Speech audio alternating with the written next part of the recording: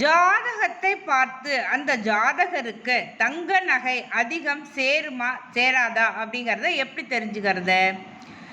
ஜாதகத்தில் லக்னத்திலிருந்து எண்ணி வருகின்ற 3ஆம் இடம், 3ஆம் வீட்டு அதிபதி, இந்த மூன்றையும் பார்க்கணும். அவங்க எந்த விதத்திலையும் கெட்டு போயிருக்கக்கூடாது, திதி சூனிய வீட்டுகளில் இருக்கக்கூடாது, வக்ரம் பெற்றிருக்கக்கூடாது, பாவகிரகங்களின் பார்வை சேர்க்கையில் இருக்கக்கூடாது. அப்புறம் இது மட்டும் இல்லை, குரு சுக்கிரன் அந்த 3ஆம் வீட்டு அதிபதியோட சம்பந்தம் பெற்றிருக்கணும், அல்லது 3ஆம் இடத்தோட சம்பந்தம் பெற்று இருக்கணும். லக்னத்தையும் பார்வை செஞ்சிருக்கணும். குருவோ சுக்கிரனோ லக்னத்தையும் பார்வை செஞ்சிருக்கணும்.